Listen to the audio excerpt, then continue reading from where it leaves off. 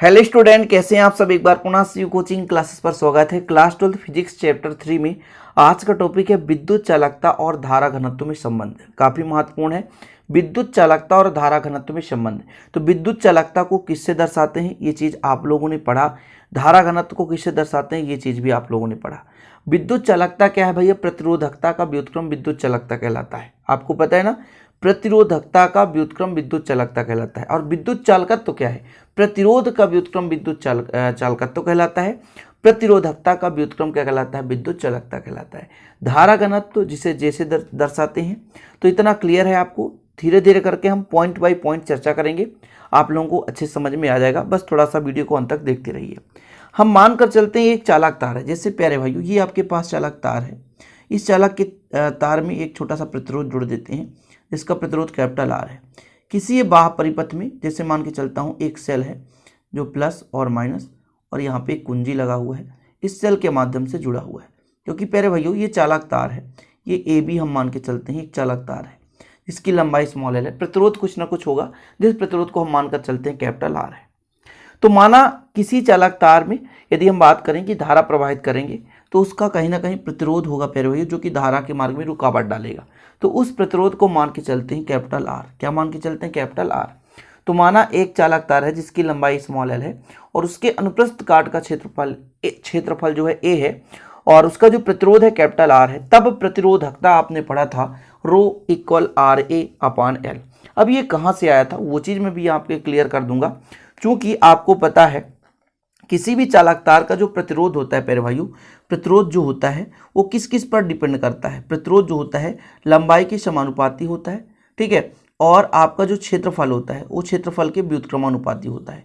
मतलब ये आपका क्षेत्रफल के व्युत्क्रमानुपाती वन अपान ए हो जाएगा, ठीक है।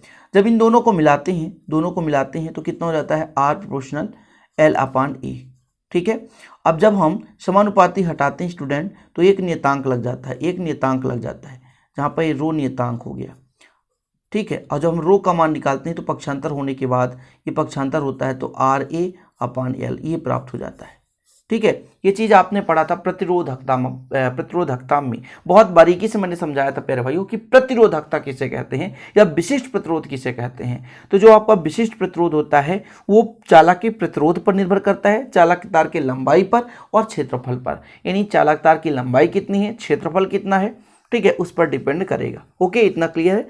तो एक चालक तार हमने लिया जिसकी लंबाई कितनी थी, स्मॉल एल है, अनुप्रस्थ काट का क्षेत्रफल कैपिटल ए है और प्रतिरोध कैपिटल आर है। तब उसकी प्रतिरोधकता प्यारे भाइयों कितना हो जाएगा, rho equal R A upon L.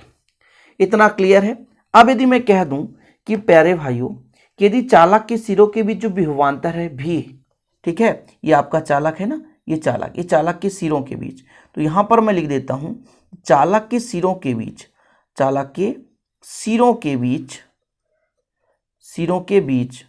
विभवांतर कितना, v। चालक के सिरों के बीच विभवांतर v तथा बहने वाली धारा I हो तो, यदि यहां पर लिख सकते हैं यदि चालक के सिरों के बीच विभवांतर भी और बहने वाली धारा आई हो तो ओम के नियम से आप लोगों ने पढ़ा। ओम का नियम क्या कहता है, ओम के नियम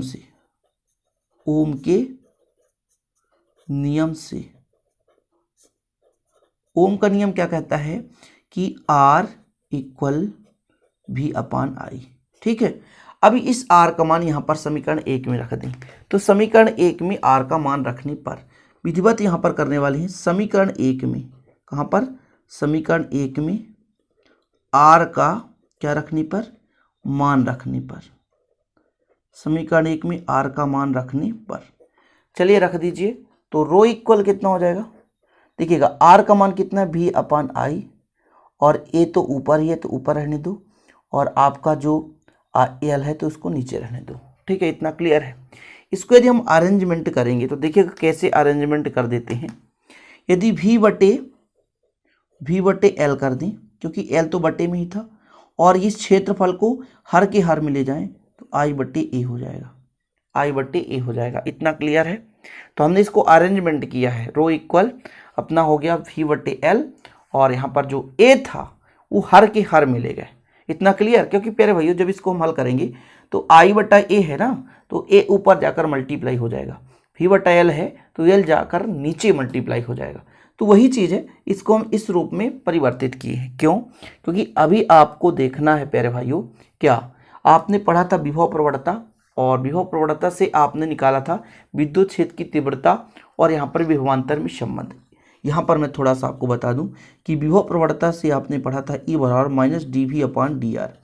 R जो है प्यारे भाइयों वो आपका क्या है, लंबाई है, अल्पांश है। यदि मैं यहाँ से कह दूं कि E इक्वल dV की जगह V कर दूं और dr की जगह लंबाई कितना L कर दूं, तो बिल्कुल आप सहमत होंगे कि नहीं? जी हाँ, विद्युत क्षेत्र की तीव्रता आ गया V/L। ठीक है, इतना क्लियर है? तो यहाँ पर मैं कहूँगा चूंकि विद्युत क्षेत्र की तीव्रता, किसकी? विद्युत क्षेत्र की तीव्रता, विद्युत क्षेत्र की तीव्रता कितना है प्यारे भाइयों? E बराबर कितना? V/L। यहाँ पर अपन वैल्यू पुट करेंगे इसलिए कर रहे हैं, ठीक है। और धारा घनत्व, धारा घनत्व आपने पढ़ा, धारा घनत्व एकांक क्षेत्रफल, धारा घनत्व J बराबर कितना होता है? एकांक क्षेत्रफल पर बहने वाली धारा, धारा घनत्व कहलाती है। एकांक क्षेत्रफल पर बहने वाली धारा धारा घनत्व कहलाती है। दो चीजें क्लियर हो गई। अब यहाँ पर हम यदि वैल्यू पुट करें तो कितना निकल कर आ रहा है? तो रो इक्वल आपके पास प्राप्त होगा, रो इक्वल हो जाएगा V/L। V/L कितना हो जाएगा? E हो जाएगा। और स्टूडेंट I/A एकांक क्षेत्रफल पर बहने वाली धारा, ये किसके बराबर है? J के बराबर है। ठीक है, इतना क्लियर। अब मैं आपसे यदि कह दूं कि E इक्वल कितना आ जाएगा, तो E इक्वल आ जाएगा, ये आपका रो है तो रो इंटू J। जी हाँ, ये आ गया आपका प्यारे भाइयों विद्युत क्षेत्र की तीव्रता, ये आपका विशिष्ट प्रतिरोध या प्रतिरोधकता और धारा घनत्व। चूंकि आपने पढ़ा विद्युत चालकता, अब विद्युत चालकता क्या होता है? चूंकि विद्युत जो चालकता होता है, विद्युत चालकता, विद्युत चालकता जो आपका ये आपका सिग्मा है वो रो के व्युत्क्रम के बराबर होता है। तो हम रो बराबर निकाल सकते हैं 1/सिग्मा, सिंपल तरीके से कर सकते हैं। मतलब हमने रो यहाँ पर देखा इसलिए रो का मान निकाल लिया। आपको पता है कि जो विद्युत चालकता है वो विशिष्ट प्रतिरोध का व्युत्क्रम होता है, प्रतिरोधकता का व्युत्क्रम होता है। मैंने कहा था कि प्रतिरोध का व्युत्क्रम विद्युत चालकत्व और विशिष्ट प्रतिरोध का व्युत्क्रम विद्युत चालकता। ठीक है, अब यहां पर वैल्यू पुट कर दो। चलो भैया, तो E इक्वल कितना आ जाएगा? इसके जगह मान रखते हैं, इसके जगह मान रखते हैं कितना? 1/सिग्मा, तो 1/सिग्मा इंटू J। यदि इसको पक्षांतर कर दें तो J इक्वल कितना हो जाएगा? ये यहाँ पर डिवाइड में, इधर जाकर क्या हो जाएगा? मल्टीप्लाई में हो जाएगा, तो सिग्मा इंटू E। क्लियर?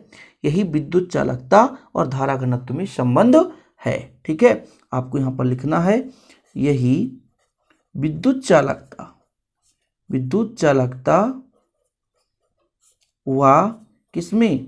धारा घनत्व में, वह धारा घनत्व में संबंध है, में संबंध है।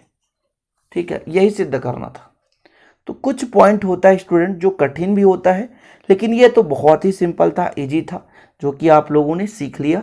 विद्युत चालकता और धारा घनत्व में संबंध। उम्मीद करता हूं कि वीडियो पसंद आया होगा। प्लीज इसे लाइक कर देना यदि पसंद आए तो, और चैनल को सब्सक्राइब कर लेना यदि पहली बार आए हो, और वीडियो पसंद आए तो प्लीज शेयर कर देना। और यदि इसका हैंड रिटन नोट्स लेना है तो आपको कांटेक्ट करना है किस नंबर पे? तो 96 85 29 91 49 पर कांटेक्ट करना है। मात्र 100 रुपये में आपको हैंड रिटन नोट्स आपके व्हाट्सएप में भेजा जाएगा। उम्मीद है कि आपको सारी चीज़ें समझ में आ गई होगी। ठीक है, इसी प्रकार की वीडियो पाने के लिए प्लीज़ चैनल को सब्सक्राइब कर बेल आइकन प्रेस कर लेना। मिलते हैं अगली वीडियो के साथ, तब तक के लिए जय हिंद, वंदे मातरम।